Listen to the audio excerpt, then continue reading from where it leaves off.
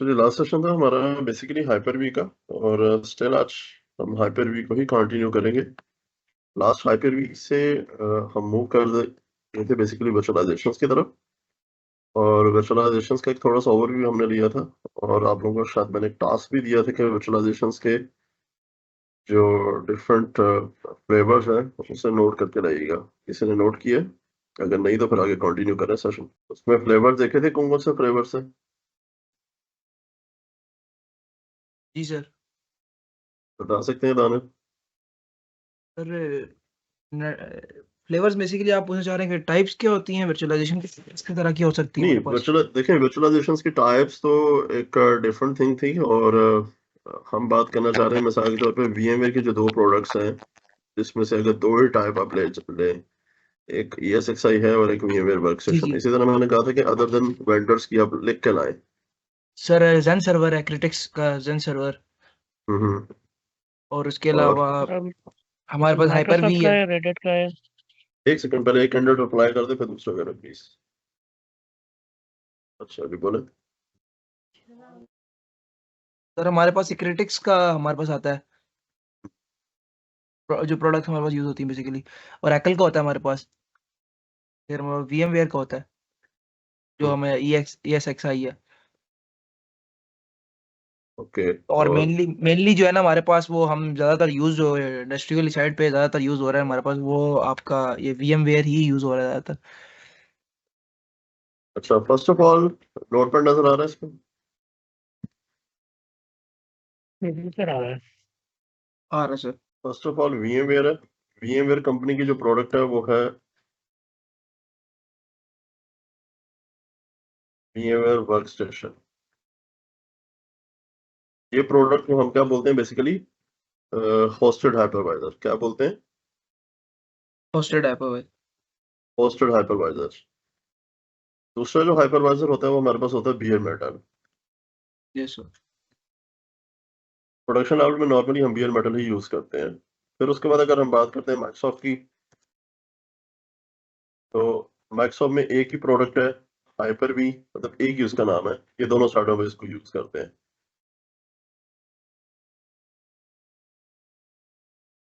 उसके बाद हम बात करते हैं बेसिकली सिट्रिक्स की। सिट्रिक्स में भी एक ही प्रोडक्ट है जिसे ये नाम देते हैं बेसिकली सिट्रिक्स ज़ेन जेन सर्वर। का। ठीक है, इसे सिट्रिक्स जेन बोला जाता है क्योंकि ये ज्यादातर जो है, अगर मीनवेल बात करें तो सिट्रिक्स ज्यादा फ्रीली जो डील करता है वो बीयर मेटल पे करता है। सिट्रिक्स जेन। ठीक है, उसके बाद प्रॉग स्मोक्स भी होता है हमारे पास एक। हाँ जी वो भी है। फिर ले लें इसमें जो है मिसाल के तौर पे इसका ले रहे हैं ओरेकल का ले रहे हैं, Oracle virtual box. Virtual box है। फिर उसके बाद गूगल की बात करें तो गूगल की जो प्रोडक्ट है वो केवीएम है। ठीक है, हवावे की जो प्रोडक्ट है, ठीक सर। हवावे का यहाँ पे यूज होता है फ्यूजन स्फेयर। ठीक है, और यहाँ पे भी ये फ्यूजन स्फेयर ही यूज करते हैं। इसी तरह डिफरेंट कंपनीज हैं और डिफरेंट प्रोडक्ट्स उनकी यूज की जाती हैं। बात अब खत्म होती है कि इंटरनेशनली जो है all over the world different bodies है। ESXi एक बॉडी है, एक हाइपर भी होगी, एक केवीएम है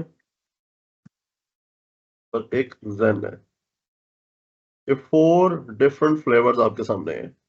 लास्ट हमारी बात यहीं पे खत्म हुई थी।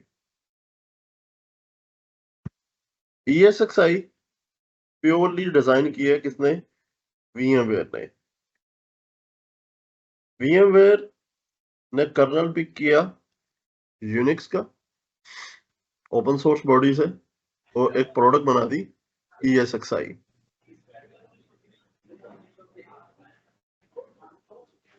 लेकिन बैकएंड पे ESXi ने ना तो किसी और हाइपरवाइजर को यूज नहीं किया हुआ, इन्होंने डायरेक्टली अपना एक हाइपरवाइजर बनाया हुआ है।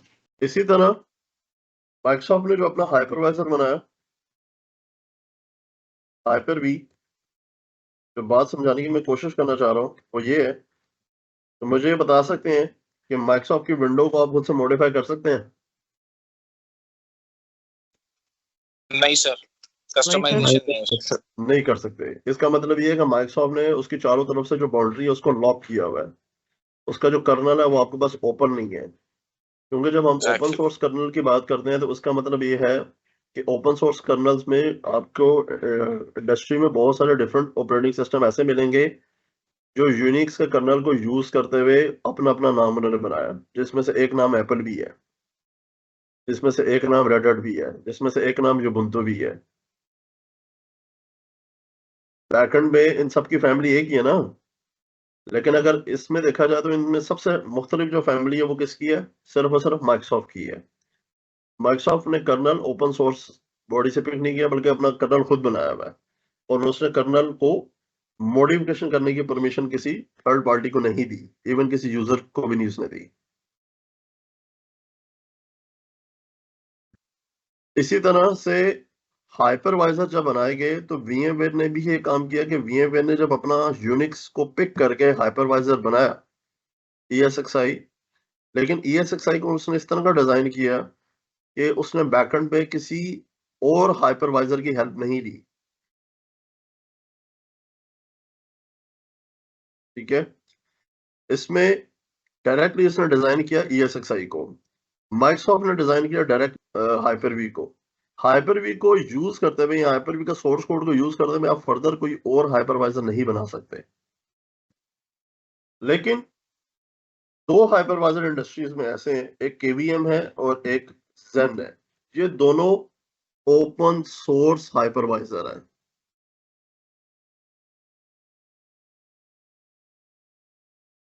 ये दोनों ओपन सोर्स हाइपरवाइजर हैं। बहुत सारा ऑर्गेनाइजेशन ने इन KVM को और Zen को यूज करते हुए अपने अपने हाइपरवाइजर बनाए, जिसमें से एक एग्जांपल्स है आपके सामने Citrix,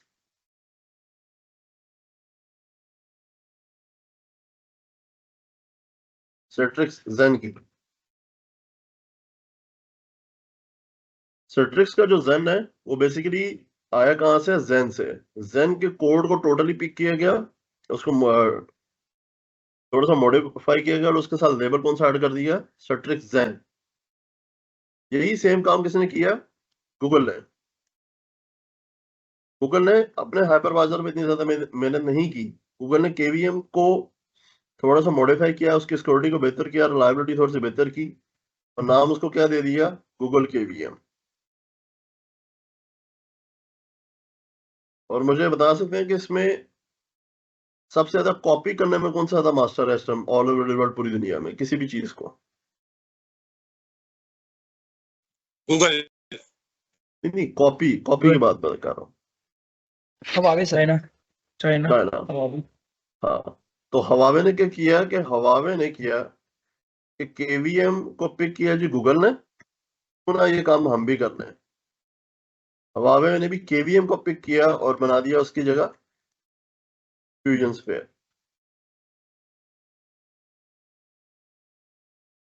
अब फ्यूजन स्फीयर की बैकएंड बॉडी कौन सी है? KVM। गूगल KVM की बैकएंड बॉडी कौन सी है? KVM। Citrix Zen की बैकएंड बॉडी कौन सी है? Zen। KVM को जब गूगल ने बाय किया उसके बाद KVM के शेयर मार्केट के जरा ज्यादा हाई हो गए थे। उसी चीज को देखते हुए हवावे ने भी जो है पहले Citrix को अडॉप्ट किया, ठीक है, फिर सॉरी Zen को अडॉप्ट किया, फिर उसके बाद उसने Zen को छोड़ के फिर डायरेक्टली वो KVM पे शिफ्ट हो गया।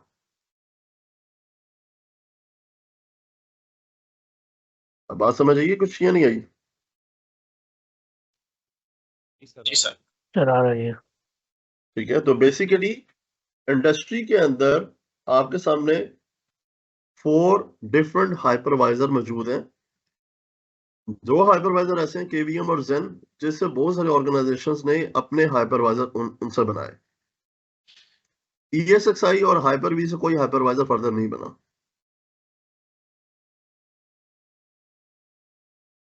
Citrix जैन के जो शेयर्स हैं और ESXi के शेयर ये काफी सालों तक तकरीबन इक्वल थे ये, क्योंकि जितने ज्यादा शेयर ESXi के थे पूरी दुनिया के अंदर 50% और 50% ही राउंड अबाउट शेयर्स जैन के थे, सिट्रिक जैन के, क्योंकि जैन की मार्केट काफी ज्यादा हाई है। अब अगर आपके सामने अक्सर एक चीज आती है कि AWS बैकएंड पे जो हाइपरवाइजर यूज करता है वो जैन यूज करता है। बहुत सारे लोगों का ये कॉन्सेप्ट होता है कि सारे सिट्रिक जैन को यूज करता है, लेकिन नहीं, वो सिट्रिक जैन को कभी भी यूज नहीं करता। AWS यूज करता है ओपन सोर्स जैन को। AWS की पूरी दुनिया के अंदर जितने भी डाटा सेंटर्स हैं वहां पे बैकएंड पे जैन ही यूज होता है। और जैन के 2013-14 में थोड़े से मार्केट में शेयर डाउन हुए थे, लेकिन जैसे ही Amazon ने इसे अडॉप्ट किया उसके बाद दोबारा से जैन के शेयर भी फिर दोबारा से हाई हो गए थे। एक जनरल नॉलेज की चीजें, ये कॉन्सेप्ट क्लियर हुआ कि नहीं हुआ?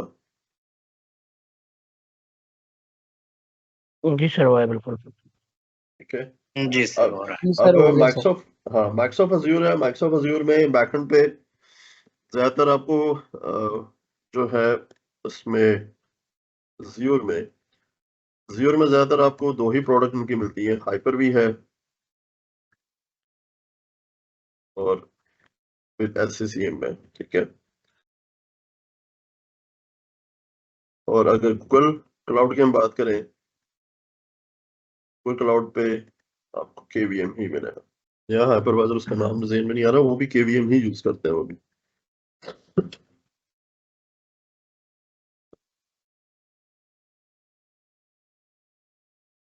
अब बात करेंगे, आपके सामने दो तरह के जो हाइपरवाइजर्स होते हैं। एक हाइपरवाइजर है बेयर मेटल, दूसरा हाइपरवाइजर कौन सा है? होस्टेड। बेयर मेटल जो हाइपरवाइजर है, ये सारे बेयर मेटल है। ये जिनकी हम बात अभी मैं कर रहा था, ये सारे बेयर मेटल है। बेयर मेटल हाइपरवाइजर वो होते हैं जो फर्स्ट अथॉरिटी रखते हैं आपके सिस्टम पे इंस्टॉल होने की। जिस तरह आपके हार्डवेयर, अगर आप लैपटॉप लेते हैं तो लैपटॉप पे जो फर्स्ट ऑपरेटिंग सिस्टम अगर आप इंस्टॉल करते हैं तो उसे आप क्या बोलते हैं? ये मेरा बेयर मेटल ऑपरेटिंग सिस्टम है। चाहे आप विंडोज करें, चाहे एप्पल करें, चाहे रेड हैट करें, युबुंटू करें, व्हाटएवर, जो भी आप इसमें इंस्टॉल कर रहे हैं। इसी तरह सर्वर्स पे जो आप फर्स्ट ऑपरेटिंग सिस्टम इंस्टॉल करते हैं, ठीक है, उसे क्या कहा जाता है? अच्छा जी, इसमें बेयर मेटल बेसिकली अगर सर्वर्स पे फर्स्ट ऑपरेटिंग सिस्टम इंस्टॉल करते हैं तो वो क्या कहलाएगा? वो बेयर मेटल कहलाता है। बेयर मेटल में ESXi आप डायरेक्ट इंस्टॉल कर सकते हैं हार्डवेयर पे। ठीक है। हाइपर-वी भी अब अवेलेबल है, जो बेयर मेटल में फॉर्म में पहले अवेलेबल नहीं था ये। तो उसके बाद जैन डायरेक्ट इंस्टॉल कर सकते हैं, फिर सिट्रिक्स जैन इंस्टॉल कर सकते हैं। ये सारे क्या है? KVM डायरेक्ट इंस्टॉल कर सकते हैं।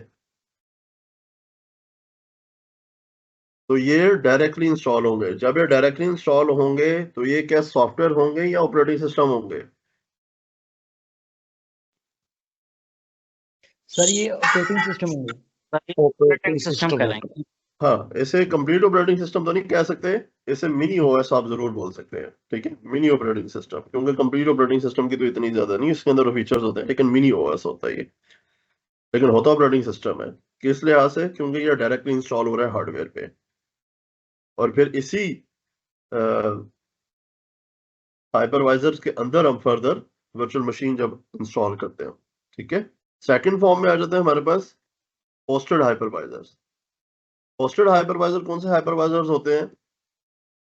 जो सॉफ्टवेयर की शक्ल में होते हैं, जिस तरह VMware वर्क स्टेशन है, हाइपर-वी है, ठीक है, वर्चुअल बॉक्स है।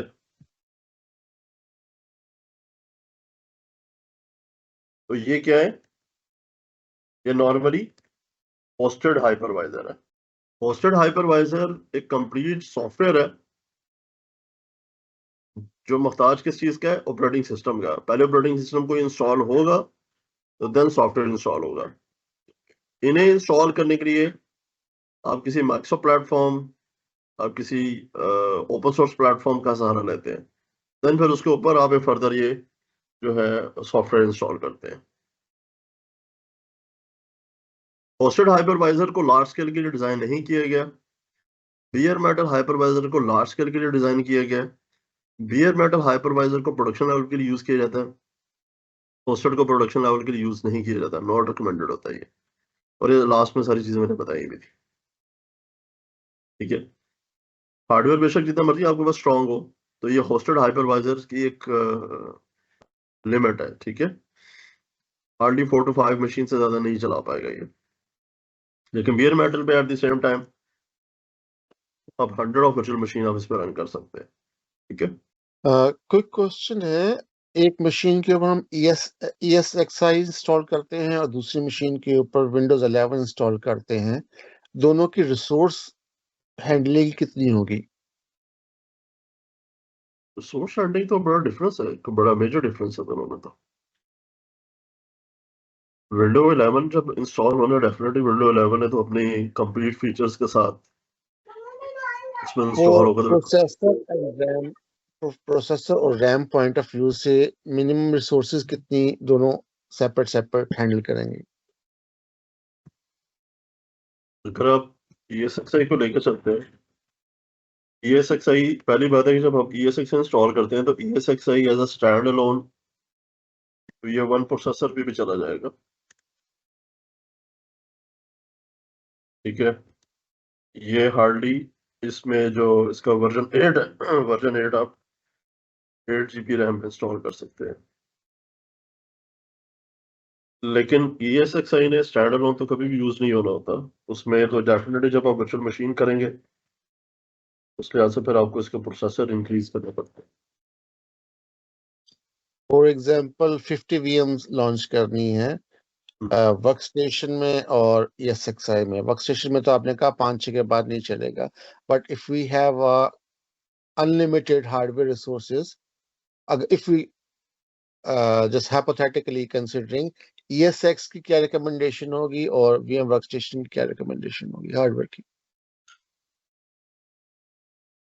इससे लास्ट में मैंने बताया था कि बात 50 VMs की सेपरेट थिंग है। अब 50 VMs में तो आपको ये भी तो एनालिसिस होना चाहिए कि आपने VMs स्टैंड अलोन बनानी है या किसी ऑपरेटिंग सिस्टम के साथ आप जा रहे हैं। कि अगर आप स्टैंड अलोन VM के साथ जाते हैं तो पर VMs अगर 1 GB ही रैम अगर आप देते हैं ESXi पर रहते हुए, एटलीस्ट आपको कोई 60 GB के साथ तो आप उस पर जाएंगे। VMs के रिसोर्सेज तो मैनेज हो जाएंगे। Impact of running 50 VMs on ESXi और वर्कस्टेशन, उसकी ESXi पे तो कोई स्टेबिलिटी के लिए क्या चाहिए होगा? ESXi पे तो कोई इम्पैक्ट नहीं पड़ता। ESXi पे तो आप 500 virtual machine at the same time run करना। उसको अगर हम 1 प्रोसेसर और 8 GB रैम दे देंगे तो फिर भी वो 50 VMs को इजीली नहीं मैनेज नहीं कर नहीं लेगा। नहीं, मैं स्टैंड अलोन की बात कर रहा हूँ। स्टैंड अलोन पे 1 प्रोसेसर और 8 GB रैम। जैसे जैसे आपकी VMs इंक्रीज होंगे डेफिनेटली वो अपना अपना प्रोसेसर तो यूज करेंगे ना। नहीं, वो अपना तो करेंगे, लेकिन ESXi इटसेल्फ प्रोसेसर को नहीं यूज करेगी, वो सिर्फ VM के प्रोसेसर की यूज करेगी। ये थोड़ा सा कॉन्सेप्ट क्लियर करना था। एक तो VM के रिसोर्सेज होते हैं, एक ESXi के रिसोर्सेज होते हैं, दोनों सेपरेट होते हैं, सेम ही होते हैं?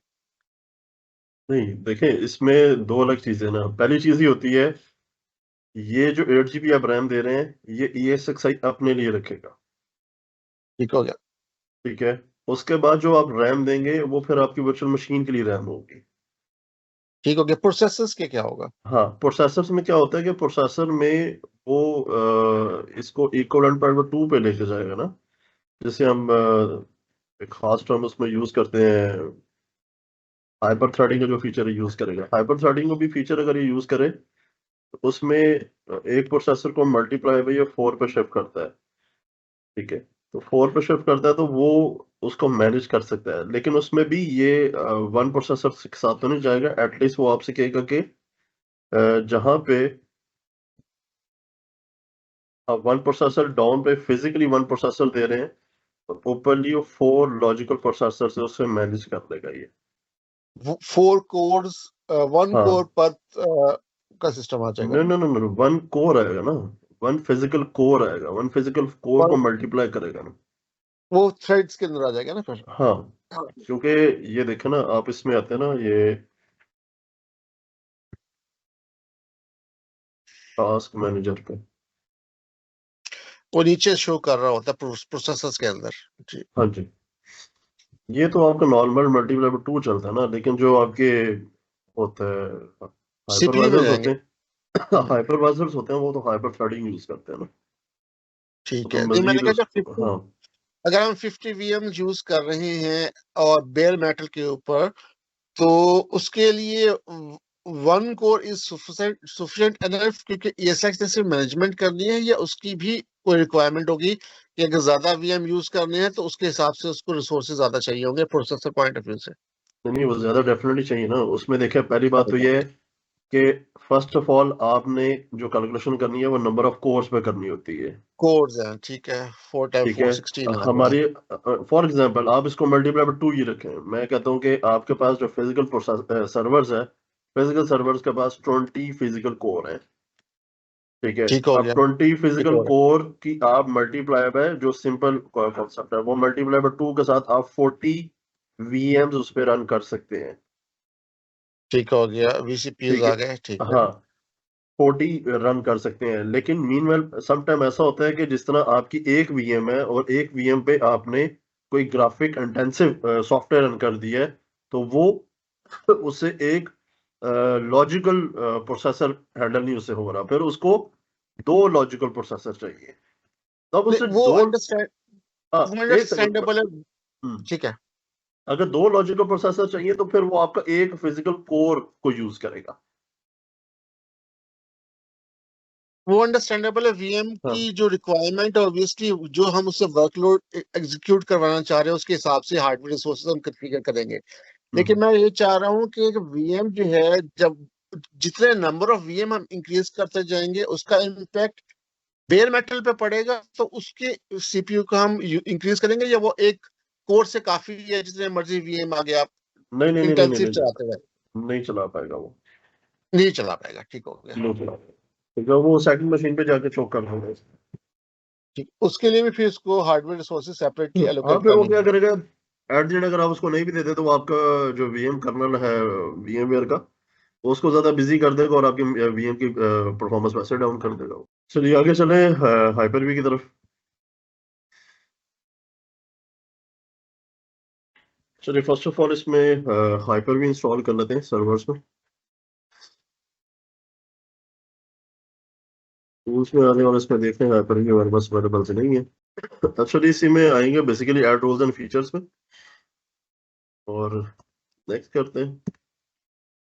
और इसमें रोल है हमारे पास हाइपर वी का। हाइपर वी का रोल इसमें ऐड करेंगे। अच्छा जी, यहाँ पे वो कह रहे हैं कि जी ये VMware can not be installed, processor does not require virtualisation capability. अच्छा, इसमें जो एरर दे रहा है इसका सॉल्यूशन सिंपल यही है। एक सेकंड, मशीन को मैं पावर ऑफ कर देता हूँ।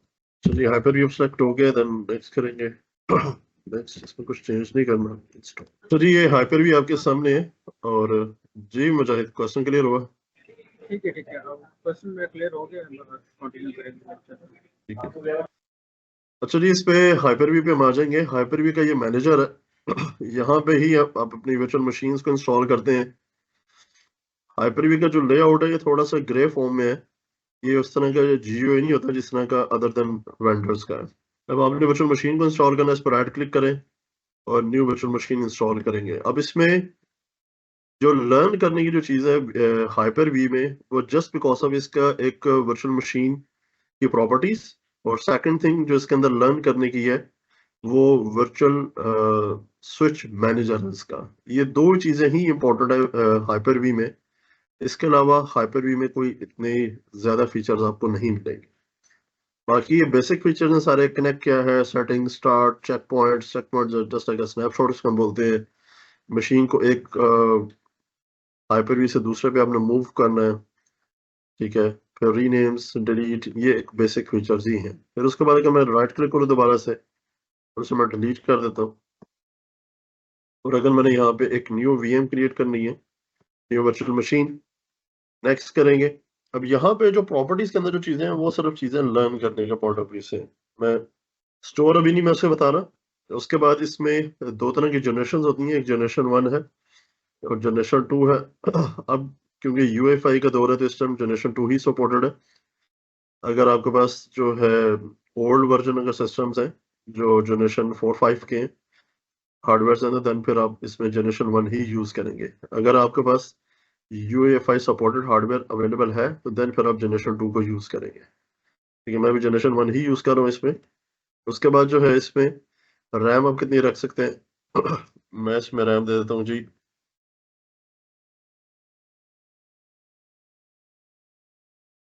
2 GB रैम्स। उसके बाद नेक्स्ट करेंगे। अभी वो कह रहे हैं कि यहाँ पे आपके पास कोई डॉक्टर्स अवेलेबल है जिससे कनेक्ट करना चाहते हो, अगर तो नहीं वेट करें नेटवर्किंग के लिए फर्दर कनेक्शंस। उसके बाद इसमें जो है वर्चुअल डिस्क ये हार्ड डिस्क क्रिएट कर रहा है। बाय डिफॉल्ट हाइपर-वी के अंदर ये जो हार्ड डिस्क जो क्रिएट करता है ये 127 GB की क्रिएट करता है। हाँ, इसको कम करना चाहते हैं साइज को, आप इसको कम कर सकते हैं, लेकिन ये ओपन साइज होता है, ये फिक्स साइज नहीं होता है इसका। उसके बाद एक्सटर्नल कोई आपकी हार्ड डिस्क है वो अटैच कर सकते हैं। ठीक है, या फर्दर कोई बाद में अगर कहता है कि हार्ड डिस्क अगर आप देना चाहते हो तो बाद में भी इसको दे सकते हैं। नेक्स्ट करेंगे। उसके बाद कहते हैं कि इंस्टॉल ऑपरेटिंग सिस्टम्स, मैं तो इसको लेटर कर दूं, बाद में मैं दे देता हूँ। नेक्स्ट करेंगे और देन यहाँ पे इसको फिनिश कर देते हैं इस पे। उसका फर्दर जब आप इसकी प्रॉपर्टीज पे आते हैं तो फिर आपको सेटिंग्स काफी ज्यादा मिलेंगी। अब सेटिंग्स में फर्स्ट ऑफ ऑल जो है इसमें हार्डवेयर है। हार्डवेयर आप इस पे कौन सा हार्डवेयर बाद में इसके अंदर ऐड करना चाहते हैं, SCSI कंट्रोलर्स है, नेटवर्क अडॉप्टर्स है, फिर लेगेसी अडॉप्टर्स, फाइबर अडॉप्टर्स है, ये बायस है। ठीक है, फिर उसके बाद बायस का मोड्स है, आप अप डाउन करना चाहते हैं कर सकते हैं। सिक्योरिटी है, रैम को चेंज करना चाहते हैं, रैम को चेंज किया जा सकता है। उसके बाद सॉरी उसके बाद प्रोसेसर्स है, प्रोसेसर्स को आप अप डाउन करना चाहते हैं किया जा सकता है। देन फिर उसके बाद आईडी कंट्रोलर्स हैं, आईडी कंट्रोलर्स को चेंज कर सकते हैं। ये हार्ड डिस्क इसके साथ ऐड हुई हुई, ये SCSI कंट्रोलर्स है, ये नेटवर्क अडॉप्टर्स है। अभी हमारे पास कोई यहाँ पे स्विच क्रिएट नहीं है, जब हम स्विच पढ़ेंगे तो फिर समझ आ जाएगी आप लोगों को। और ये एक बेसिक्स स्टेप्स हैं उसके, यहाँ पे इसको कैंसिल कर दें। इसके बाद जो है यहाँ पे ये वही डेफिनेटली मेरे से पूछेगा कि इसमें ISO इमेज वगैरह अगर मैं दूं फिर ये इसको स्टार्ट करेगा।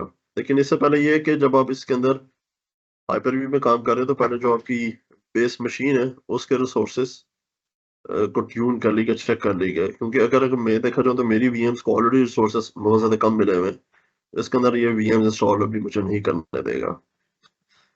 उसके बाद अगले लेक्चर से पहले मैं इसमें ISO इमेज रख लूंगा, तो उसमें ये कर लेंगे कि मैं इंस्टॉल करके इसको दिखा दूंगा, इस पर टेस्टिंग करके भी दिखा दूंगा आपको। उसके बाद आ जाते हैं नेक्स्ट पे वर्चुअल स्विच मैनेजर्स है। ये एक इम्पोर्टेंट कॉन्सेप्ट है हाइपर-वी के अंदर। ये 3 तरह के इसके अंदर स्विच होते हैं। आसान और सादा लफ्जों में ये समझ लें कि ये 3 अलग किस्म के इसके पास अडॉप्टर होते हैं। VMware के अंदर आपने अडॉप्टर देखे थे, VMnet 2, VMnet 3, VMnet 4, bridge adopters, कुछ इस तरह की चीजें स्टार्ट में मैंने करवाई थी आप लोगों को। इसी तरह से जब यहाँ पे हम वर्चुअल मशीन बनाते हैं तो उसके साथ भी हमें कोई ना कोई एक अडॉप्टर ऐड करना होता है। अब उस अडॉप्टर का या उस स्विच का बिहेवियर आप क्या रखना चाहते हैं? आप 2 मशीनों की आपस में कम्युनिकेशंस करवाना चाहते हैं, आप उस मशीन की कम्युनिकेशन अपने बेस मशीन के साथ कनेक्ट करना चाहते हैं, या उस मशीन की कनेक्टिविटी एक्सटर्नल किसी दूसरे नेटवर्क के साथ उसको कनेक्ट करना चाहते हैं। तो ये 3 डिफरेंट फैक्टर्स होते हैं। तो उस बेस पे रहते हुए आपने इस अडॉप्टर्स को सिलेक्ट करना होता है। सिंपल यहाँ के नाम से भी आपको जजमेंट हो जाएगी। प्राइवेट अडॉप्टर बनाएंगे तो ये इंडिविजुअल वर्चुअल मशीन की ट्रैफिक को हैंडल करने के लिए यूज किया जाता है कि 2 मशीनों को आपस में नेटवर्क बनाना है तो देन क्रिएट प्राइवेट स्विच। अगर मैं क्रिएट प्राइवेट वर्चुअल स्विच करूंगा और यहाँ पे इसको मैं एक नाम दे देता हूँ,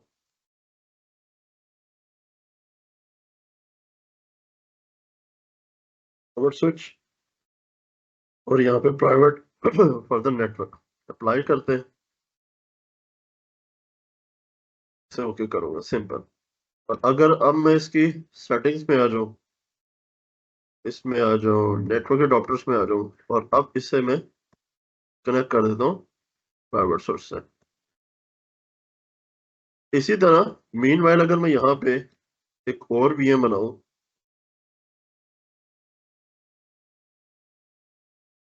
VM02,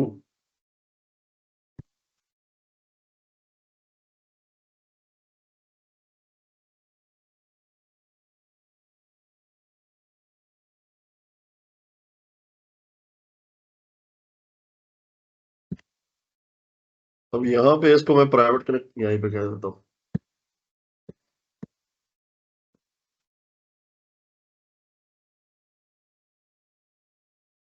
ठीक है, तो अब इन दोनों मशीन्स की अगर प्रॉपर्टी पे मैं जाऊं तो देखा जाए तो यहाँ पे ये प्राइवेट स्विच आ रहा है। प्राइवेट स्विच क्या करेगा, जब इस मशीन को मैं इंस्टॉल कर दूंगा प्रॉपर्ली, फिर इस मशीन के अंदर जाके मैं आईपी दूंगा, तो इन दोनों मशीन्स को मैं एक आइसोलेटेड नेटवर्क इनका आपस में मैच जाएगा, ये दोनों मशीनें आपस में एक दूसरे को पिंग कर पाएंगी। लेकिन इस मशीन को मेरा बेस सर्वर, जो सर्वर नीचे चल रहा है, सर्वर 2025, अगर यहाँ से अब इस सर्वर से इन मशीन को, ये जो हाइपर वी में दो मशीनें चल रही होंगी, इन्हें मैं पिंग कर पाऊँ तो मैं इसे पिंग नहीं कर सकता। और ये मशीन भी अगर इसे बेस सर्वर को पिंग करना चाहे तो ये भी बेस सर्वर को पिंग नहीं कर सकते। उसके लिए फिर हमें क्या करना पड़ता है, फिर उसके लिए नॉर्मली हमें यहाँ पे जो है इंटरनल स्विच की जरूरत पड़ती है, ये क्रिएट इंटरनल स्विच, इसका हम नाम दे देते हैं। अच्छा, इसमें देखें स्क्रीन नजर आ रही है आप लोगों को? जी सर, आ रही। जी सर, अब आ देखिए, रही है। जैसे मैंने इंटरनल स्विच क्रिएट किया तो इसने यहाँ पे एक नेटवर्क अडॉप्टर क्रिएट किया, देख रहे हैं? जी सर। जी सर, वर्चुअल इंटरनेट। इससे पहले जब मैंने प्राइवेट स्विच क्रिएट किया था तो प्राइवेट स्विच पे उसने कोई इंटरनल अडॉप्टर क्रिएट नहीं किया। अगर मैं इस पे जाकर स्टेटस चेक करूं, टेल्स चेक करूं, तो इसके ऊपर अभी अपीपा आईपी आ रहा है 169 वाला, इस पे अभी कोई आईपी फर्दर नहीं आया। क्योंकि जब मैं इसे यूज करूंगा इंटरनल स्विच को, तो मुझे यहाँ पे इस स्विच के अंदर एक पूरी आईपी ऐड करना पड़ेगा, आईपी स्कीम देनी पड़ेगी। यहाँ पे जो आईपी मैं दूंगा तो फिर वही सेम आईपी मुझे कहाँ पे देना पड़ेगा, मुझे उस वर्चुअल मशीन्स के अंदर जाकर भी वही आईपी रेंज देनी पड़ेगी। तो फिर ये दोनों मेरी मशीन्स कनेक्ट हो पाएंगे किससे, इस स्विच के साथ। और इस स्विच के साथ अगर कनेक्ट हो पाएंगे तो डेफिनेटली वो ट्रैफिक जो है वो इस बेस सर्वर में भी आएगी, आएगी ना, क्योंकि ट्रैफिक वहां से बाहर निकल रही है। तो वो जो आईपी होगा वो बेस मशीन की लैन का आईपी होगा। हाँ, वो बताऊंगा, लैब करके जब दिखाऊंगा उसको देखिएगा, अभी सिर्फ ऐसे एक्सप्लेन कर रहा हूँ, ठीक है। उसके बाद लास्ट में इसके अंदर जो स्विच है वो है external switch. Create external switch अगर मैं करूँ, और यहाँ पे मैं इसको नाम दे देता हूँ एक्सटर्नल स्विच। जैसे एक्सटर्नल स्विच आप देते हैं तो एक्सटर्नल स्विच क्या करेगा, ये आपका जो बेस अडॉप्टर है, जो आपके मशीन का फिजिकल अडॉप्टर है, ये जाके उसके साथ बाइंड होता है, ये देख रहे हैं? जी सर। प्राइवेट स्विच में और इंटरनल स्विच में ये आपके फिजिकल अडॉप्टर को डिस्टर्ब नहीं करता, लेकिन जैसे आप एक्सटर्नल अडॉप्टर बनाते हैं वो कहते हैं जनाब साहब अब आपके एक्सटर्नल अडॉप्टर की वैल्यू खत्म, इसके ऊपर अब हम हुकूमत करेंगे। ठीक है, जैसे मैं इसे अप्लाई करूंगा तो ये देखें यहाँ पे एक मैसेज मुझे देगा, वो कहेगा कि pending changes may be disturb network connectivity. कहता है कि जैसे ही इसने मैंने इसे ओके किया तो ये सारी की सारी मेरी जो सर्वर की कनेक्टिविटी को डिस्टर्ब कर देगा। वो क्या करेगा कि उस मेरे सर्वर के नेटवर्क अडॉप्टर के अंदर जो आईपी रेंजेस चल रही थी वो ऑटोमेटिकली किस पे शिफ्ट कर देगा, इस अडॉप्टर पे। और मेरा जो एक्सटर्नल अडॉप्टर है, जो मेरा फिजिकल अडॉप्टर लगा हुआ है, उसे ये ग्रे कर देगा। ये देख रहे हो यहाँ पे, अगर मैं सर। आऊं, जी बोले।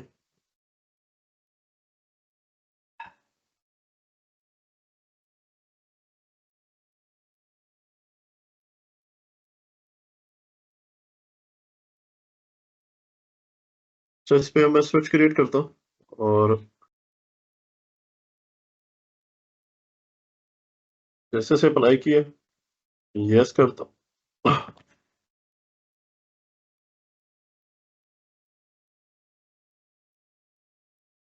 और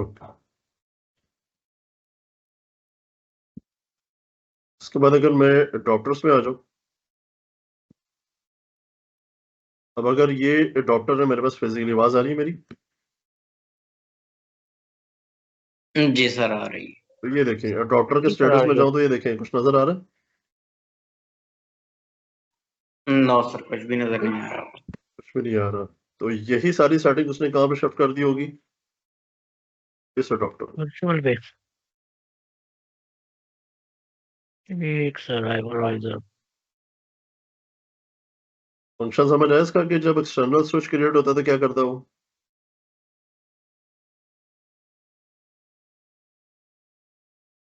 जी सर, इंटरनल की सेटिंग चेंज करके उसमें लगा लेते हैं। हाँ, क्योंकि उसने जो आपके फिजिकल मशीन का अपना डॉक्टर था उसको बिल्कुल हाइड कर दिया, उसकी सारी सारी सेटिंग उसने किस पे शिफ्ट कर दिया? एक्सटर्नल डॉक्टर पे, एक्सटर्नल स्विच डॉक्टर पे। तो ये क्या काम करता है? जस्ट लाइक अ ब्रिज की तरह ये, ठीक है।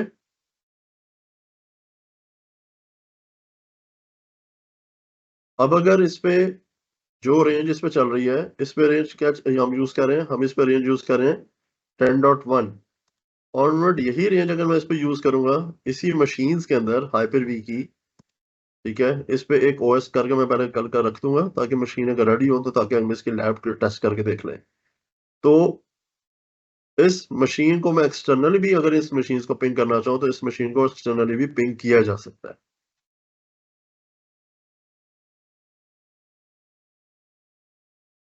ओके, लेकिन किस बेस पे?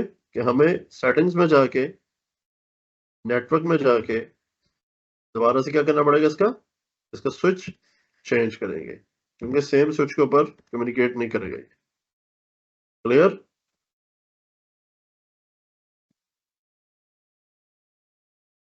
क्लियर जी सर। ये एक मेन सेटिंग है इसकी हाइपर वी की। इसकी कल पे रखें, कल इसकी टेस्टिंग करके देख लेंगे और फिर एक आध मशीन और बना के इस पे देख लेंगे। बाकी फर्दर हाइपर वी में कोई ऐसी चीज उसके अंदर नहीं है जो आपके ट्रैक पॉइंट ऑफ व्यू से डिस्कस करने का। ये एक्सटर्नल वाला टॉपिक रिपीट है। इंटरनल में तो हमने कहा कि दो वीएम आपस में कम्युनिकेट करेंगे। एक्सटर्नल में क्या किया? एक सेकंड मैं बता रहा हूँ।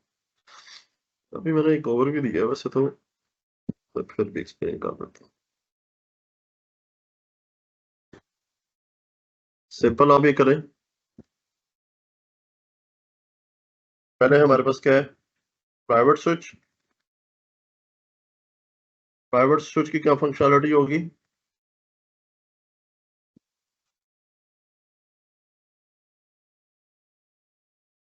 प्राइवेट लोकल स्विच की मशीन तो दो वीएम आपस में कम्युनिकेट करेंगे। विद मतलब के इसमें हम लिख सकते हैं विद इन हाइपर वी, ठीक है। हाइपर वी के अंदर ही रहते हुए ना, जैसे जो काम हमने यहाँ पे किया हुआ है। अब VMware वर्कस्टेशन में हमने क्या काम किया था? अगर VMware वर्कस्टेशन यहाँ पे ओपन करूं तो इस मशीन के, अगर मैं इसमें आऊँ, सेटिंग्स में आऊँ, तो नेटवर्क अडॉप्टर्स में आऊँ, तो यहाँ पे हमने VMNet 2 दिया हुआ है। तो दूसरी मशीन को भी अगर मैंने उसके साथ कम्युनिकेट करवाना, जिस तरह हमने आगे चल के लास्ट में हमने देखा था जब हमने विंडो 11 को या 10 को अटैच किया था, तो सेम अडॉप्टर दिया था, ऐसे ही किया था ना? जी जी, सेम अडॉप्टर से वो सेम अडॉप्टर दिया था। तो सेम अडॉप्टर देने से communicate क्या हुआ था करते कि हैं। दो मशीनें आपस में कम्युनिकेट कर रही हैं। लेकिन इसमें देखें तो इन दोनों मशीनों में कोई इंटरनेट नहीं है, लेकिन आपस में मशीन एक दूसरे के साथ कम्युनिकेट कर रही हैं with the help of same network adopter, just like इस लैन का एनवायरनमेंट होता है, ठीक है। उसके बाद अगला कॉन्सेप्ट क्या है? अगला है आपका इंटरनल स्विच, ठीक है। इंटरनल स्विच में क्या है? इंटरनल स्विच में आप अपनी बाउंड्री से बाहर निकल रहे हैं। इसमें विद इन हाइपर वी और आउटसाइड, ठीक है, आउटसाइड हाइपर वी, या आप उसमें कह सकते हैं कि outside base OS, base operating system. इसकी ट्रैफिक नीचे सर्वर तक आ जाएगी, जिस सर्वर के ऊपर हाइपर वी इंस्टॉल है। और बेस मशीन को जो लैन यूजर है वो असेस कर रहा है, तो वो भी हाइपर-V तक VM तक पहुंच जाएगा ट्रैफिक? नहीं, वो उस पे नहीं पहुंच पाता। ज्यादातर 99% जो यूज हम इस पे स्विच करते हैं ना, इस पे 99% मुजाहिद यूज करते हैं, एक्सटर्नल को ही यूज करते हैं, क्योंकि ये भी ट्रैफिक आपकी आइसोलेटेड ही रखता है। हाँ, अच्छा, मतलब ये आपने कि वही है कि बेस मशीन और VM की आपस में कम्युनिकेशन कराते हैं, हाँ ये कि आपने लैन की इसके कम्युनिकेशन इसके मुजाहिद में बता दो, इसके बड़े डिफरेंट फैक्टर्स हो सकते हैं। इसना आपकी बड़ी हाईली सिक्योर डेटाबेस है, वो डेटाबेस अपने प्राइवेट नेटवर्क में रखना चाहते हैं, तो उस सूरत में आप इंटरनल स्विच को यूज कर लेते हैं।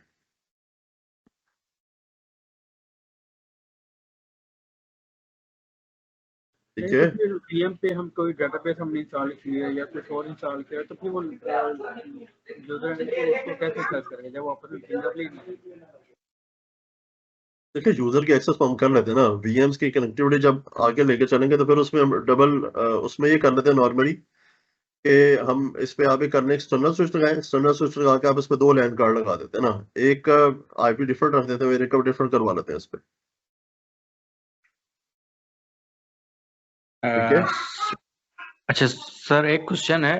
तो जो हमारा इंटरनल स्विच जो हम बनाएंगे, तो उसमें इसका मतलब ये होगा कि सिर्फ लोकल जो नेटवर्क होता है, यानी हमारी जो जो हमारी OS है, बेस OS है, उससे कम्युनिकेशन होगी, या हम उस पे इंटरनेट भी चला सकते हैं? नहीं उस पे इंटरनेट भी चलेगा और उससे अपनी मशीन की कनेक्टिविटी भी करवा सकते हैं, दोनों काम कर सकते हैं। ठीक है, इसका मतलब सर हमारी जो वैसे नॉर्मली VMware वर्क स्टेशन पे हम करते हैं नेट, तो यानी नेट तो चल जाता है ना, तो इसका मतलब हम ऐसे ले सकते हैं?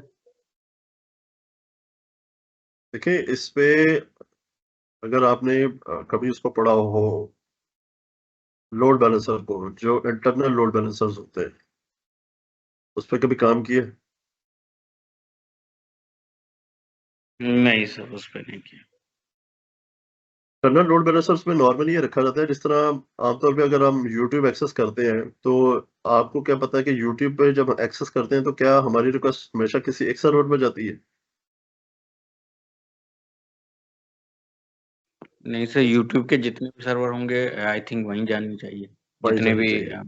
अब YouTube ने अगर मल्टीपल सर्वर्स रखे हुए हैं, तो क्या YouTube का जो डिजाइन होगा वो इतना नॉन प्रोफेशनल तो कभी भी नहीं होगा कि अगर उस पे हैकर अटैक करे, तो उसने अपने YouTube के जो पेजेस हैं और जो डेटाबेसेस हैं वो दोनों को एक जगह पे रखा होगा उसने। नहीं सर, आई वाइज थिंक डिवाइड किया ना सर्वर जो है यूजर के रीजन वाइज, तो ऐसे में ट्रैफिक ऐसे स्टोर होती है। एक सेकंड मैं बता दूं, फिर आते हैं इसमें। तो अब उसने अपने वो जो डेटाबेसेस हैं वो अपने इंटरनल नेटवर्क पर रखे होंगे, ऐसे ही है ना? जी सर। वो अपने DMZ से बाहर निकाल के रखता है डेटाबेस। तो इस इंटरनल स्विच को किसी हद तक आप उससे रिलेट कर सकते हैं कि अगर आपका डिजाइन को इस तरह का है कि बहुत ज्यादा आइसोलेटेड रखना चाहते हैं, आप कहते हैं कि सर ये जो मेरी मशीन है ये आपस में कम्युनिकेट करें और यूजर के साथ भी इसको इंटरेक्ट करवाया जा सकता है, तो फिर हम इंटरनल स्विच को यूज करेंगे। अदरवाइज तो फिर आप एक्सटर्नल स्विच को ही यूज कर सकते हैं। एक्सटर्नल स्विच से आप फिर आप दोनों फंक्शनलिटी ले सकते हैं, वो मशीनों की आपस में भी कम्युनिकेशंस करेगा, यूजर के साथ भी इंटरेक्ट करेगा और बाहर के नेटवर्क के साथ भी कनेक्ट करवाएगा। मतलब जी मुजाहिद। तो फिर वही बात है ना कि हमारे अपने नेटवर्क में कौन कौन से मशीन या कौन कौन सी ऐसी एप्लीकेशन है जिसको हम VM पे इंस्टॉल तो करेंगे, लेकिन उसको फिर वो स्विच के लिहाज से डिफरेंशिएट करेंगे। हाँ, क्योंकि इसमें वीलैन की भी तो फैसिलिटी है ना कंप्लीट, तो वीलैन को अलग कर सकते हैं उस पर।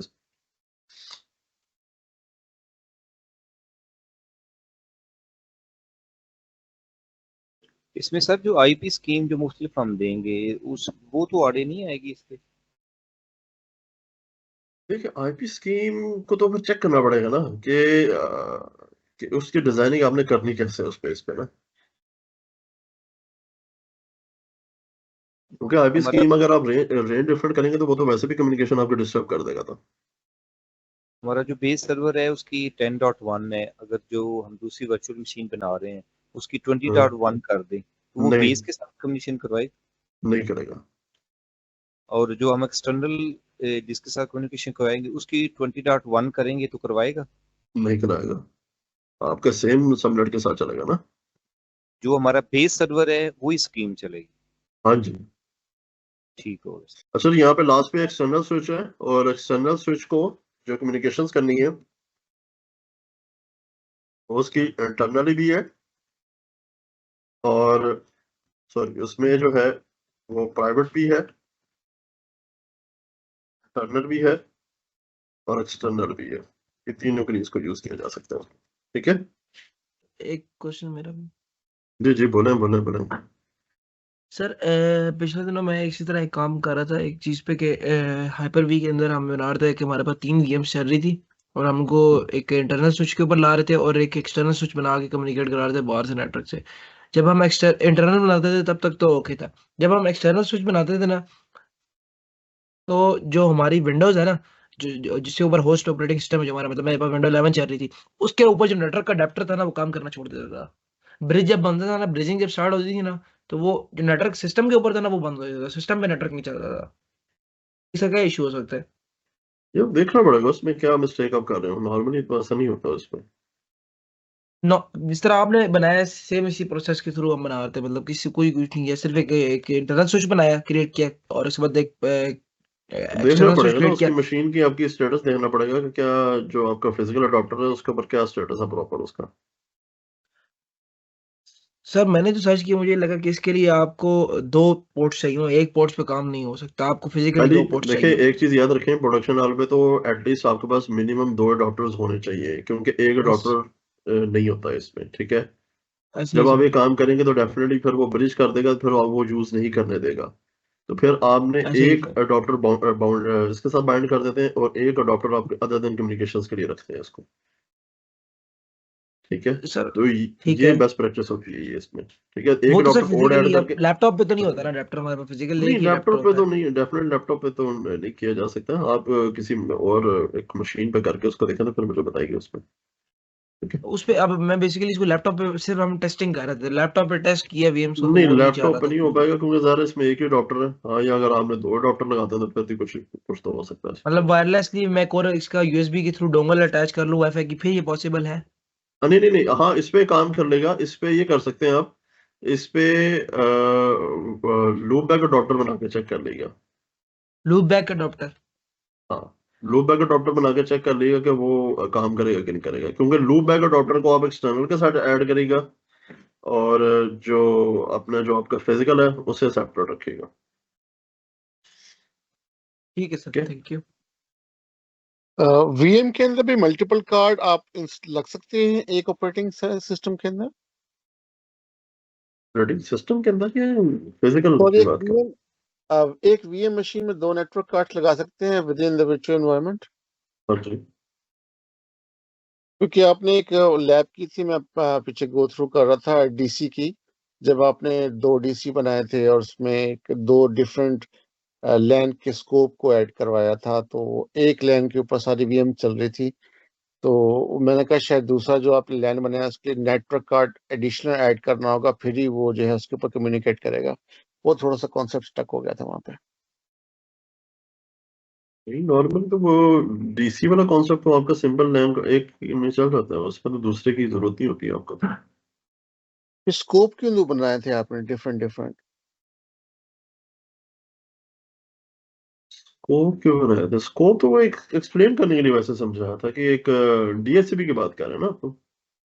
जी जी, 2 डिफरेंट आपने स्कोप बनाए थे इसके अंदर जी। हाँ, तो वैसे एक्सप्लेन करने के लिए बनाया था कि 2 डिफरेंट, वो तो इसलिए बताया था कि अगर स्कोप नया बनाना हो ना तो वो कैसे बनाया जाता है, वो इसलिए चलो ठीक एक्सप्लेन कर रहा है। ठीक है, वैसे तो ठीक नहीं उसमें। बात है। ठीक है, ठीक है। अच्छा, वीएम वेयर में तो हम वी सेंटर के थ्रू तमाम EXI को और उसके अंदर VMs को कंट्रोल करते हैं, या उसकी हेल्थ के लिहाज से या उसकी कंजप्शन के लिहाज से मूव भी कर रहे होते हैं कि VM इसमें ये इस EXI में शिफ्ट हो जाए, दूसरी VM इसमें शिफ्ट हो जाए, मैनुअल भी और ऑटोमेटिकल भी वो खुद कर रहे होते हैं।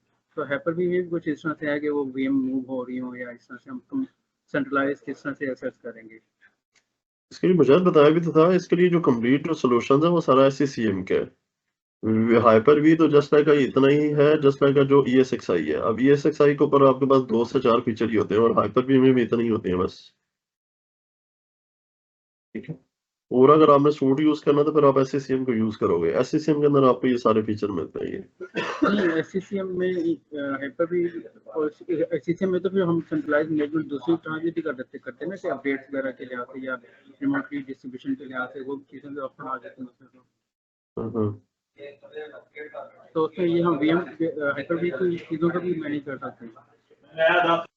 हाइपर-वी भी कर पाता है, ठीक है। हाइपर-वी को भी यूज किया जा सकता है। फिर हाइपर-वी पूरा मैनेजर हम इंस्टॉल जब कर लेते हैं तो उसके थ्रू भी VMs की माइग्रेशंस की जा सकती हैं और करते भी हैं उसमें, ठीक है। दोनों सूरतों में यूज किया जाता है। लेकिन ये कि जब ज्यादा फीचर यूज करने हो तो डेफिनेटली फिर SCCM, अगर नॉर्मल फीचर्स के साथ चलते हैं तो फिर सिंपल हाइपर-वी से ही काम चलाते हैं उसमें।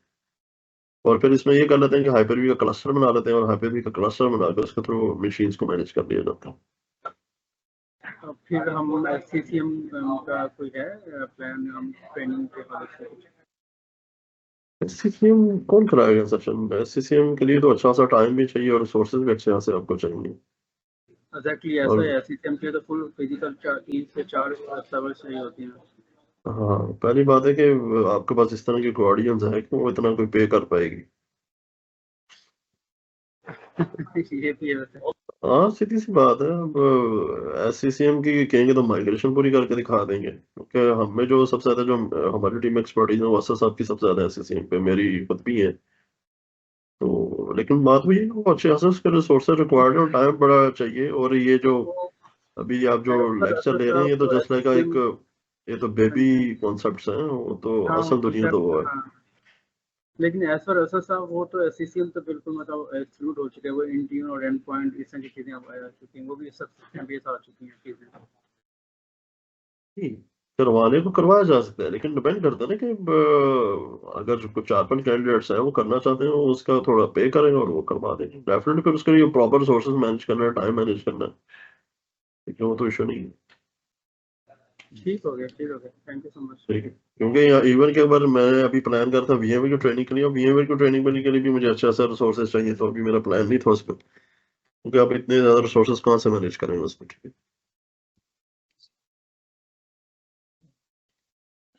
अच्छा, ये हम जो सर इस हम कोर्स में अभी हम कर रहे हैं, ये डिजास्टर MCCS रिकवरी का का कुछ पार्ट करेंगे? दैट्स हम कर रहे हैं। जी, एक सेकंड मुजाहिद आप बताएं पहले, फिर मुदस्सिर मैं आप ये कह बताएं। रहा हूँ अभी हम हाइपर-वी का टॉपिक कर रहे हैं, जो MCCS का पार्ट है, तो इस वजह से हम उसको वो कर रहे हैं। इसके नेक्स्ट हम क्या करेंगे? कल हम प्रैक्टिकल कर लेंगे, देन फिर क्या है टॉपिक? अगले जो टॉपिक्स हैं वो आपके उसके हैं, नैप का टॉपिक है, NPS और VPN है, ओके, ठीक हो गया। ठीक है। फिर फाइल सर्वर है, ठीक है। फिर IPAMs है, फिर यही अभी टॉपिक्स हैं अभी आपके।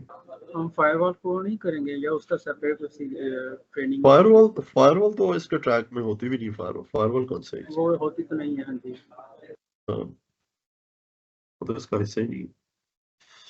अच्छा ये ट्रेनिंग के बाद हम अभी भी जितनी ट्रेनिंग आपको इसमें करवा दी गई है, अभी अच्छी खासी ज्यादा चीजें हैं कम हाँ जी, तरीके वो से। मैंने देखा है, हम फॉलो कर रहे हैं माशाल्लाह, काफी अच्छा है। लेकिन मैं ये कह रहा हूँ, अभी ये जो ट्रेनिंग है इसके बाद हम AZ 800 या 801 सर्टिफिकेशन कर सकते हैं?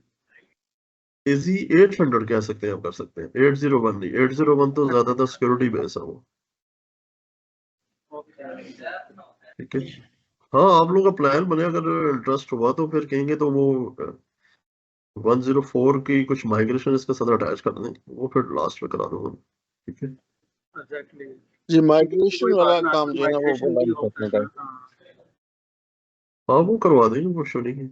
लेकिन आप वही कि थोड़ा सा उसमें कम्युनिटी में कोई फीडबैक भी तो साथ आना चाहिए, सर ये हमने चीजें करनी है जो मैं टास्क दे रहा हूँ, क्योंकि लास्ट मैंने मेरा से 2 हफ्ते पहले का दिया था माइग्रेशन का, वो चीजें कर ले तो मैं करवा दूंगा। इवन कि मैंने आप लोगों को ये भी कहा था कि अगर रोल भी शिफ्ट करवाना चाहते हैं सर्वर 90 to 25, तो वो भी किसी ने नहीं बताया। रोल शिफ्ट करके देखा था मैंने। वो बाद वो डिस्कशन मैंने भी देखा है, बहुत सारे। अच्छा, एक सेकंड, मुदस्सिर से पहले मैं क्वेश्चन ले लूँ, फिर मैं बनाता हूँ। जी मुदस्सिर।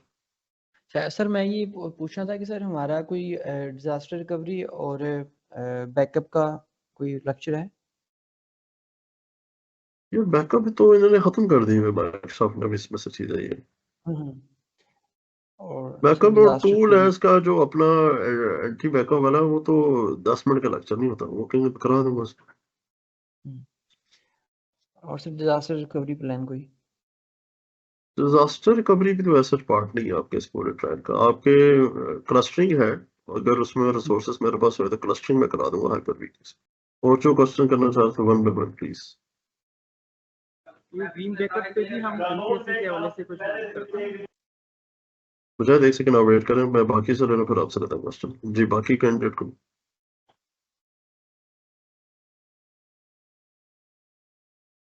जी माइग्रेशन जो है वो एक इम्पोर्टेंट टॉपिक है, और ट्रबल शूटिंग के पॉइंट ऑफ व्यू से अगर इंडिविजुअल टॉपिक्स को डिस्कस कर लें तो वो भी एक इम्पोर्टेंट टॉपिक है।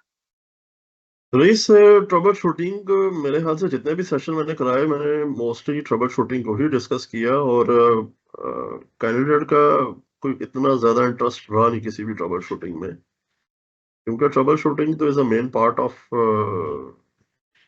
आईटी। मतलब अगर इसमें हम बात करें चाहे सिस्टम साइड है या नेटवर्क साइड से या उसमें, क्योंकि मैंने तो जब भी सेशन स्टार्ट किए, आज के अगर सेशन में नहीं तो मोस्टली जितने भी सेशन मैंने स्टार्ट किए तो स्टार्ट पे ही मैंने ये बात कर दूंगी भाई प्रोडक्शन में चीजें ऐसे होती हैं, ठीक है।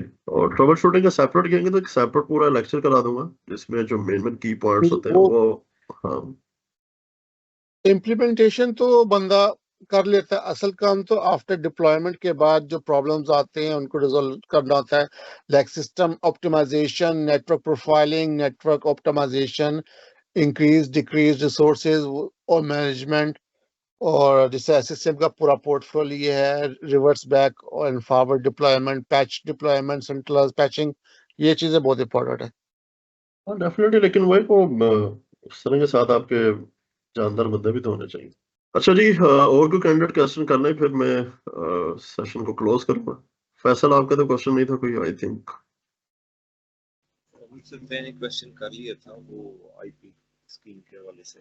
अच्छा ठीक हो गया। और दोष आपका क्वेश्चन कोई?